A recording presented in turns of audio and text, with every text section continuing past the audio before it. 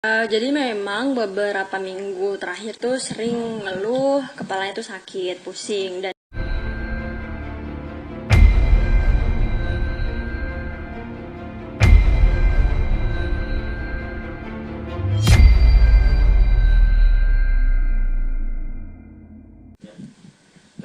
Bisa diceritakan tidak ya. kondisi Pak Ustadz sekarang ini seperti apa gitu?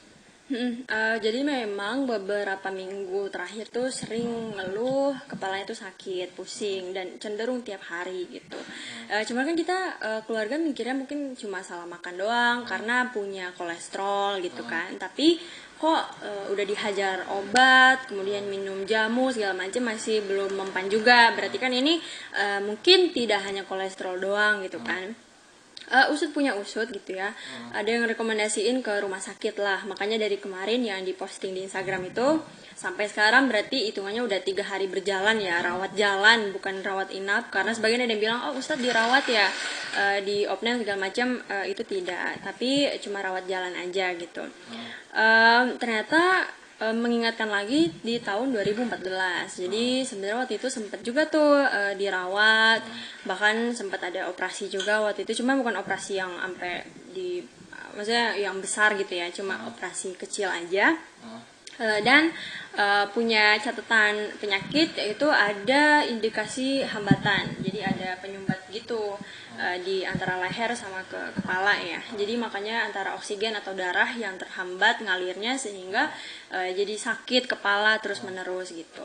Nah kemungkinan besar, cuma kan memang keluarga nggak ada yang ke rumah sakit ya karena kan mungkin protokol juga. Dugaan sementara itu adalah penyakit yang lalu muncul kembali, itu aja sih. Berarti menurut berita yang saya baca berarti ada penyumbatan darah di leher gitu teh. Iya, jadi ada penyumbatan gitu di leher sampai ke kepala. Makanya karena terhambat, itulah yang menyebabkan kepala itu kayak kecekit gitu loh. Kalau boleh tahu itu dirawatnya mulai dari kapan sih teh? Sakitnya? Sakit. Sak Awal sakitnya dan kan katanya kalau stres sakit lagi nih sekarang. Itu kapan gitu teh? Yang sekarang ini gitu. Oh ya, memang munculnya itu udah sejak beberapa minggu yang lalu. Lagi-lagi kan dugaannya karena mungkin salah makan dan juga kurang istirahat, kurang tidur juga. Apalagi kan sekarang hampir tiap hari kan kita punya program ya, acara live gitu, dan berangkatnya pagi-pagi gitu, jam 3 pagi kita udah bangun segala macam.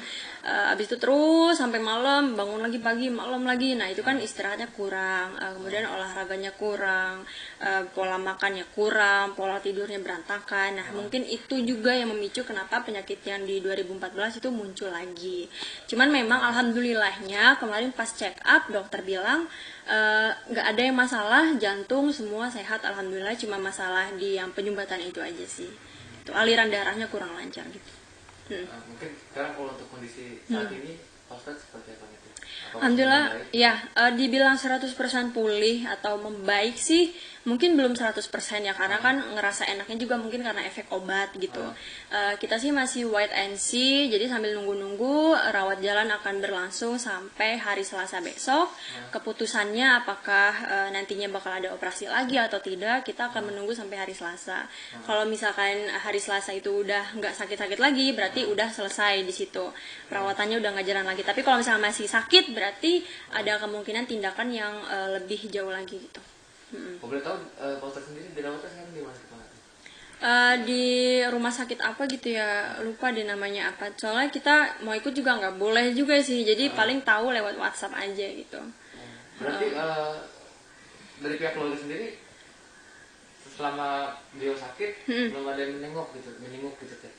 Nggak dijenguk karena memang kan cuma rawat jalan doang, bukan rawat inap ya. Nggak nginep juga di rumah sakit gitu.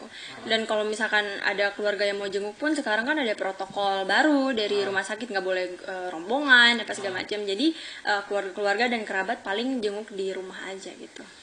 Iya. Mungkin dari misalkan seandainya jika Pak Ustadz nanti sembuh, perhatian apa nih teh dari pihak keluarga yang akan diberikan? Iya, Atau seperti ya. itu? Sebenarnya yang udah-udah dan yang masih berlangsung itu kita tuh bawel banget ya, kalau dari keluarga bawel banget, nyuruh jaga makan karena kan papa punya beberapa pantangan yang nggak boleh kayak duren, kikil dan segala macam, kambing gitu ya, dan itu masih suka dilanggar sih sama papa gitu. Kita lebih lebih ngingetin di soal makanan aja sama olahraga gitu karena papa tuh males gitu, maksudnya mungkin karena sibuk juga ya, jadi nggak keburu juga, padahal di rumah ada alat gym, alat fitness tapi males gitu. Akhirnya sampai kita turunin itu treadmill ke dalam kamar, sepeda kita taruh di kamar, sepeda statis gitu supaya papa tuh bisa sambil WA-an atau sambil ngapain gitu, sambil meeting, sambil treadmill gitu. Alhamdulillah sih sekarang papa udah mulai menjalankan dan udah jaga makannya sih gitu.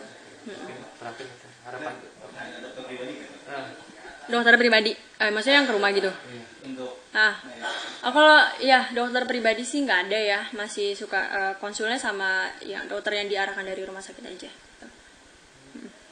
mungkin harapan ke depannya teh seperti apa teh?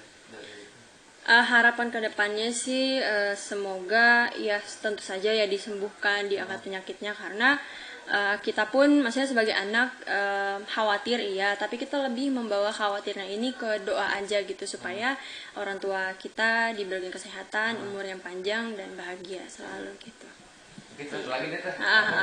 Tadi kan saya sempat baca juga berita kan ada ketika mendengar kabar Pak Ustadz sakit kan ada beberapa netizen yang julid gitu terhadap Iya betul. terhadap kesehatan yang beliau alami. Menurut kita sebagai anak menanggapi ini seperti apa? Ya tentu kita sebagai anak gitu ya yang tahu keadaan orang tua kita seperti apa, realnya, kondisinya seperti apa, kenal gitu ya karena tinggal satu rumah juga. Ada perasaan sedih gitu ya ketika kok bisa-bisanya ya orang tua kita lagi sakit tapi begini kata orang gitu. Cuman ingat selalu sih pesan papa, kita harus punya hati seluas samudra gitu. Namanya orang lagi sakit ya kan, itu kan menggugurkan dosa juga gitu. Kita lebih melihat ke yang positifnya aja, maksudnya lebih melihat ke orang-orang yang mendoakan, yang mencintai, yang perhatian, memberikan perhatian, nanyain kabar, lebih fokus ke situ aja. Yang gak suka mah biarin aja gitu ya, karena mungkin kebencian juga memang sudah menguasai hati mereka. Kita juga nggak bisa ngomong apa-apa, hanya bisa berdoa gitu ya. Dan mungkin aja orang-orang tersebut gitu ya, beliau-beliau itu belum merasakan yang namanya salah satu anggota dari keluarga mereka sakit, sehingga nggak tahu gimana sih rasanya khawatir sebagai anak orang tua sakit gitu ya, nggak muncul rasa atau feelingnya gitu.